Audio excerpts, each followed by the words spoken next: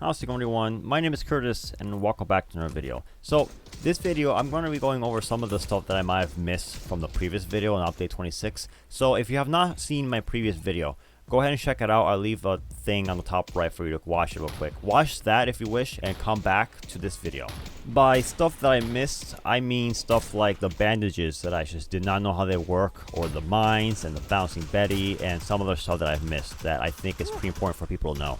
So I invited a friend of mine onto the test map that I did with the previous video, and we tested a bunch of stuff out. I also want to thank everyone for the amazing support on the previous video. A lot of you found that video very helpful, and it truly means a lot to me. Also, I would truly appreciate if you could take the time to subscribe to the channel and turn on post notifications. I'm trying to grow here on YouTube, and if you could do that, I would truly appreciate it.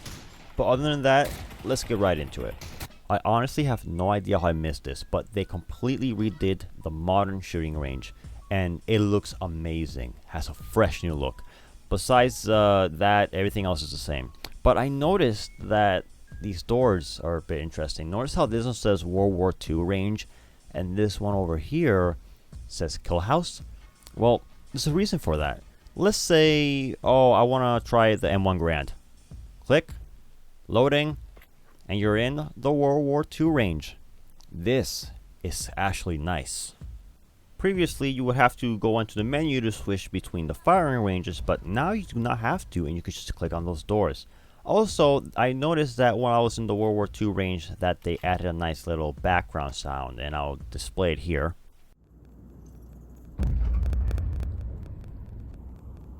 I never noticed that explosion sound before, so it's quite nice that they've added that. Also, if you go onto this door here, it will take you to the Kill House. This is an amazing feature they added into the game. I love it. To leave the Kill House, you have to go over this door. It'll open like so.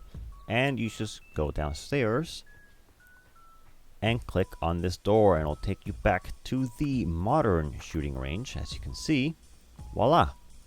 With the help of one of my friends, I was able to test out the bouncing Betty and the tank mine, which there's something rather disappointing. Here I placed down a bouncing Betty and a tank mine just to see what would happen if my friend drove over them in a tank. Other mine explodes and activates the tank mine. Yeah, let's see. We'll see what happens. Alright, so go forward. The bouncing Betty did not go off, which I'm not surprised, but the tank mine didn't either. So that got me kind of curious as to why.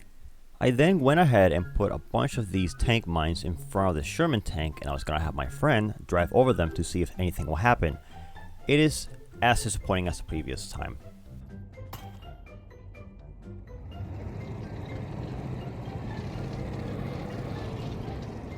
Nothing.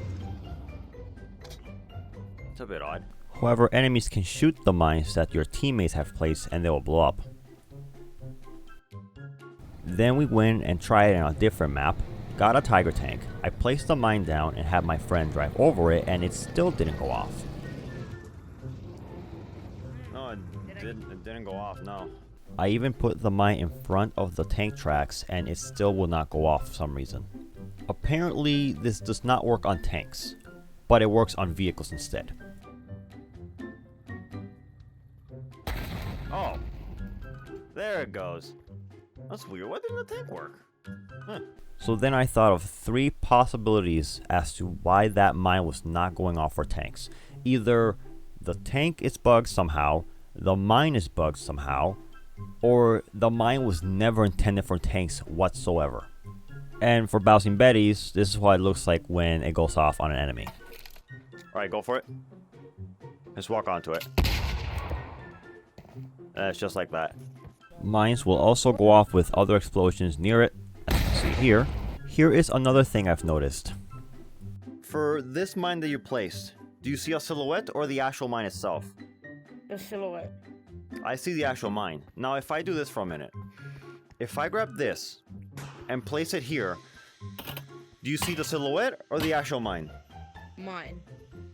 Huh. This was something that I was unsure of in the previous video, but it kind of makes sense.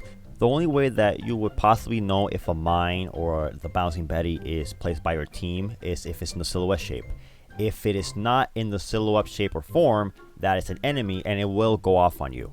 My friend here actually taught me how to use the bandages, and it's kind of interesting how it works. You grab the top, rip it open, and you press trigger, and there you go. These act very similar to painkillers, but instead of taking pills, you just put on bandages instead, and it's just a lot more convenient this way. And you can only heal yourself with these. You cannot heal your teammates. And also, one of you guys wanted me to take a closer look at the new player models. So with the help of my friend, I did just that. This is what the new NATO models look like without a helmet or body armor. Overall, I like the looks of it. They added the bags. I think they added a handgun from the looks of it. You have the radio in the back. Overall, they did a very nice job with this model, and I absolutely love these new ones. Here is the same model, but with a Kevlar helmet. He has now some nice glasses and looks to be headphones for the radio, but nothing really too special from this one. It still looks absolutely amazing on these new player models, and they did a really nice job with that as well.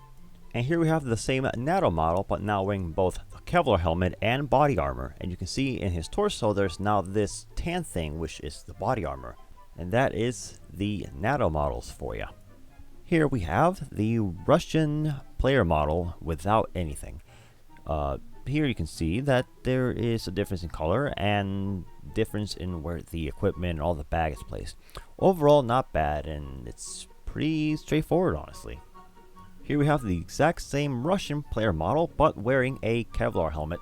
I also noticed that the helmet looks similar to the previous player models that we've had. But hey, the color matches, and it overall fits the theme of the player model, which I like. They did a pretty good job with that as well.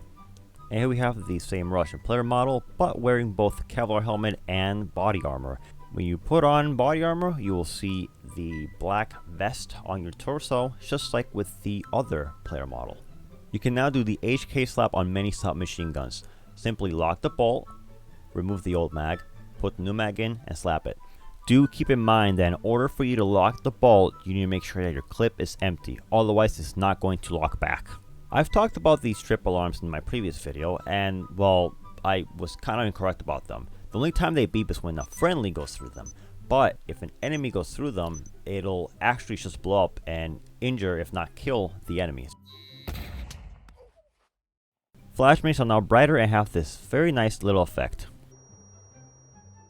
This makes the flashbangs a lot more effective now. Grenades and explosives now have a new effect.